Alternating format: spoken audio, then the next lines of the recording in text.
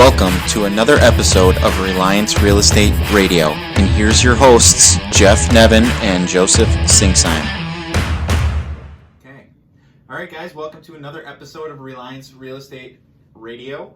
We are on episode number 15, Change Your Thinking, Change Your Mind. 5 ways to rewire your mind. And there are 5 ways. There's many, many more. You can definitely tailor them to whatever you want. But we want to ask you first to do a favor for us. If you can go on and wherever you're consuming our content, whether it be YouTube, Castbox, iTunes, Stitcher, wherever you're consuming, whether it's a podcast or a video, if you can just leave us a review, it helps us reach more people. And then also share our content if you're finding it useful, right? Yeah. And you want to. We would want you to share it with other people that would hopefully find it useful as well. That's why we want to put this information out. Hopefully it's useful for you, and if you think it might be help somebody in need that day that they could use it, send it their way. Yeah. That'd be great. Awesome. So let's jump right in. Whether you realize it or not, negative experiences in the realm of what you're doing that you've lived through often influence the way you're thinking. Mm-hmm. They influence your decisions in everyday life. Especially negative ones, because your brain is actually learning negative. Don't do that again. When you're young and you're near the stove, maybe you touched a pot and you burned your hand or got close to the flame and it hurt. So your brain is actually remembering these things, and it's negative thoughts that it remembers most.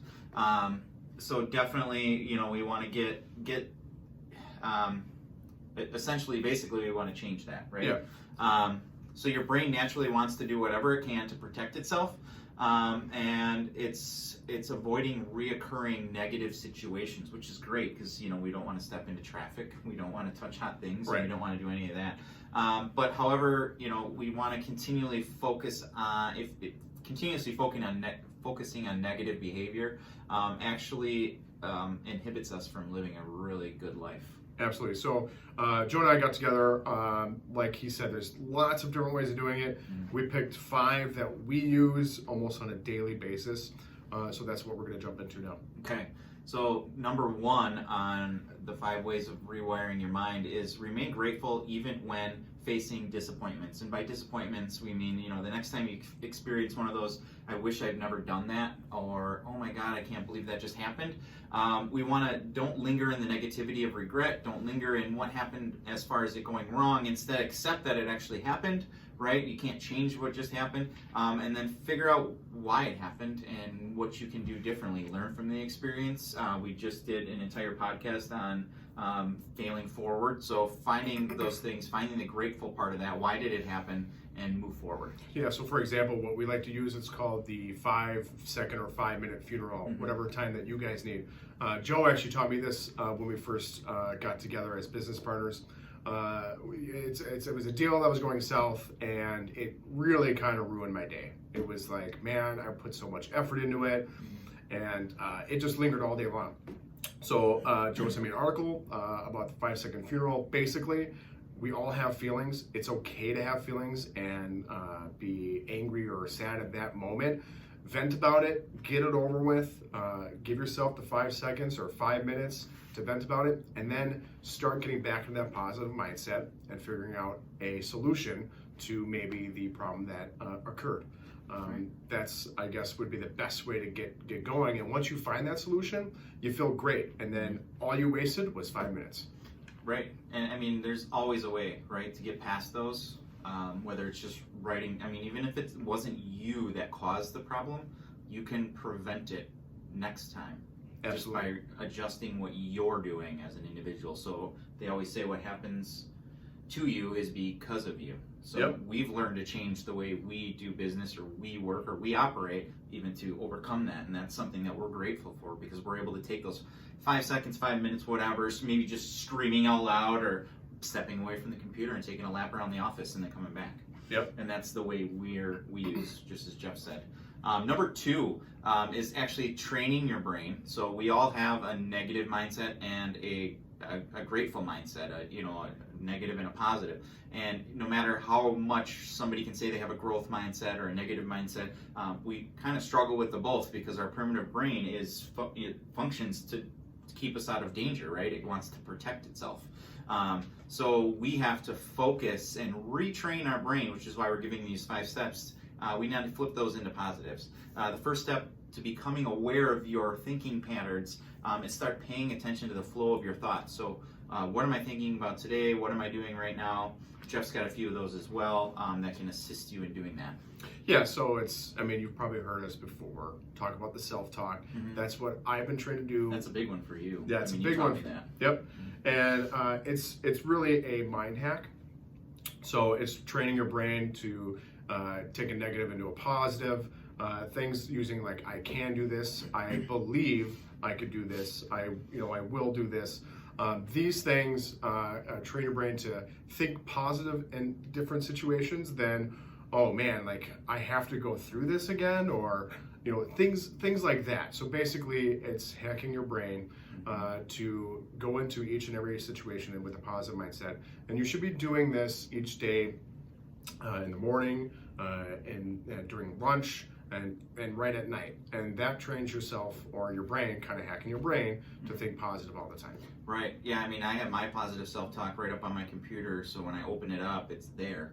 And I know Jeff does it with his book. He'll open it up and he'll even write some like grateful fors, that kind of stuff. And I know like us as a family, like we're actually doing great, like I am grateful for. Like, yeah, I think what you're doing with the kids is incredible. Yeah. I would share that. Yeah, so every morning I write my 3 grateful fors in a notebook, and then my kids actually come into the office because I'm usually waking up in the morning, going through email, having a cup of coffee, kind of enjoying that a little part of time prior to actually having them wake up and interact with them. And they come in, and that's the first thing they do as well. So we're training our brains to be grateful in the morning right away, like the first thing. I think that's incredible, especially with the kids going into school with a positive mindset. I bet you they're going to learn things better that way, instead of being like, oh, I have to go to school again. Right. So yeah. I think that's incredible. They're going to come in and have that grateful mindset and that growth mindset, right? Yeah. I'm hoping. Yep. Just any little. God, you're such a good dad. Try. So the next is actually creating a cycle of joy by paying it forward, and there's many ways that this can be done. But we want to make sure that we're being nice to others, and we engage others in acts of kindness, whether make them feel good, right? Yeah. We want to make sure that we boost our own happiness as well, and that usually does. If you can think back to all the times you were able to help somebody, whether it be moving, just a smile. If they had a bad day and you cheered them up, or just passerby, they had a down look or a mean look on their face, and you were able to smile and impact their day, and they smiled back at you after that. Even that little bit increases your own happiness. And those are the things we want to do to, like we said, pay it forward, or create that cycle of joy that we're doing. Right? And to piggyback off that, Joe, opening a door for somebody. Yeah, it's something as simple as that. And I wanted to add that you can also do this by surrounding yourself with the people that you want to be like. Like you become who you hang around most. If you're around somebody who maybe complains all the time, we all have one of those friends. It starts to have that negativity is going to come, and it's going to bleed right into you. Yeah, it's good. Exactly, that's a good way of phrasing. And we don't want you to get rid of any friends, right, or befriend them for any reason. But maybe it's time to adjust, right? I don't know. Absolutely. So find your top friends or whatever that are positive mindset, that want to have goals similar to yours, and then that will help you grow. And if you start to be the one that is the more of the go-getter, then start to coach them, and then find maybe some people in the office that you'd like to be and at their level.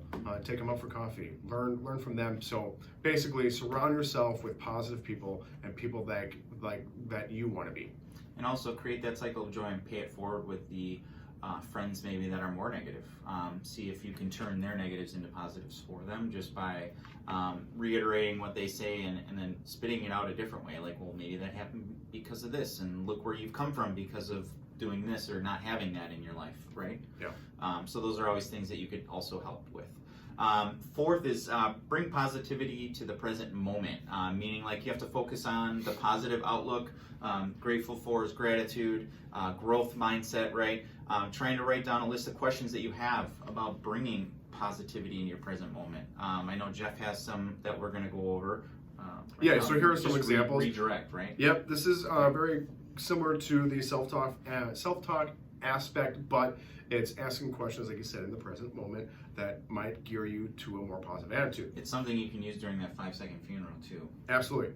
You can pull these out and go through them, and that helps for some people, right? Yep, definitely. So some of these questions I've written down, what can I feel grateful for about right now? Get your mind to think, right? What can I do right now that is fun or gives me joy? How can I demonstrate love or gratitude right now? And then what is something I could do to surprise someone or give somebody else happiness right now? Just kind of like the gratitude that we talked about before, but it brings you in the present moment when maybe you're not feeling motivated at that time. Or if Jeff's trying to bring motivation to his own life, he'll run around the office and try to find people working and then scream into their office and scare them. Yeah. And then everybody's smiling and having fun, and it brings positivity to the workplace, right? Yep, that's right. And it disrupts the usual norm of typing and writing and all the other stuff. I like to scare the crap out of people. Yeah, and I like to post on his timeline.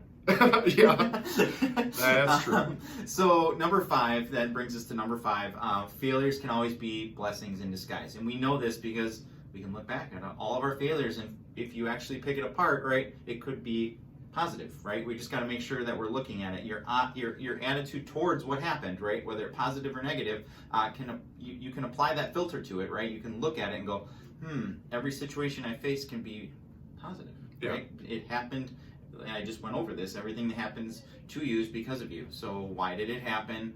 And it may not be directly in front of you. It may take a little while to unfold, but it happened for a reason, and this is why this happened to get you to here, or this is why this happened to take you away from there. Yeah. I think this is very crucial because when something negative does happen in a situation, how you perceive that negativity is how you're going to make choices on how you're going to solve that problem. Right. You want to look out for your clients or whoever you're with, friends even.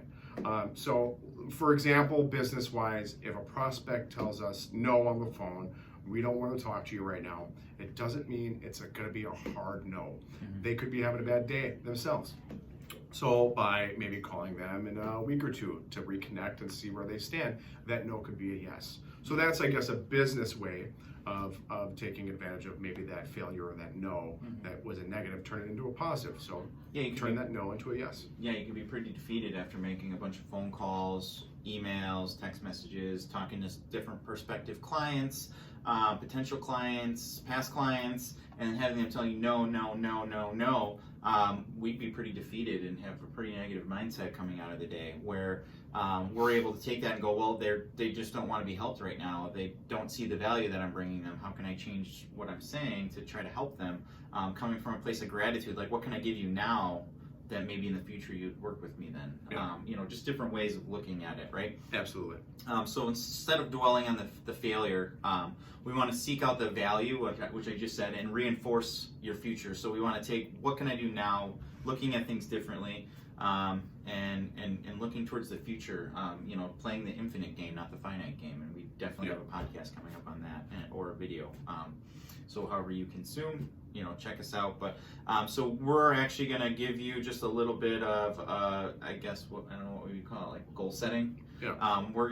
We've done this, so practice and review. So write these all down or print it out from the ad copy that we'll give you. But review these 5 steps for 66 days and see how it changes your life. And throughout the process, we'd like you to maybe leave some comments below to see if this has actually done anything for you. Yeah, we'd love to hear it. Yeah, we'd love to hear some feedback, a little interaction from our audience. What do you got? Yeah, so I don't know if you noticed, but there's been certain connections between the podcasts, like Failing Forward. I've talked about self-talk plenty of times, positive mindset. The reason why we're doing that, we're tying it all together here because this is what successful people are doing on a daily basis. So we've implemented that in our lives, and we want to make sure that we share that with you because we are seeing we're seeing success from it. So I hope that our podcasts are definitely helping you guys out there to better yourselves and take yourself to the next level. Yeah, again, we want to try to bring value to you. So anything that you want to hear about as well, or if we can elaborate on anything we're talking about, make sure to let us know. There's many ways to get a hold of us. However you're consuming this, you can usually leave a comment, so we'll pick it up on there. To get a copy of the 66-day challenge, if you are consuming this in whatever way you are, there should be a link there. Otherwise, you can go to our Facebook Reliance Real Estate team, and I'll throw a link there as well. That way you can download it directly from there. Yeah. But that's all I have. Until next time, make sure you give us a review. Signing off.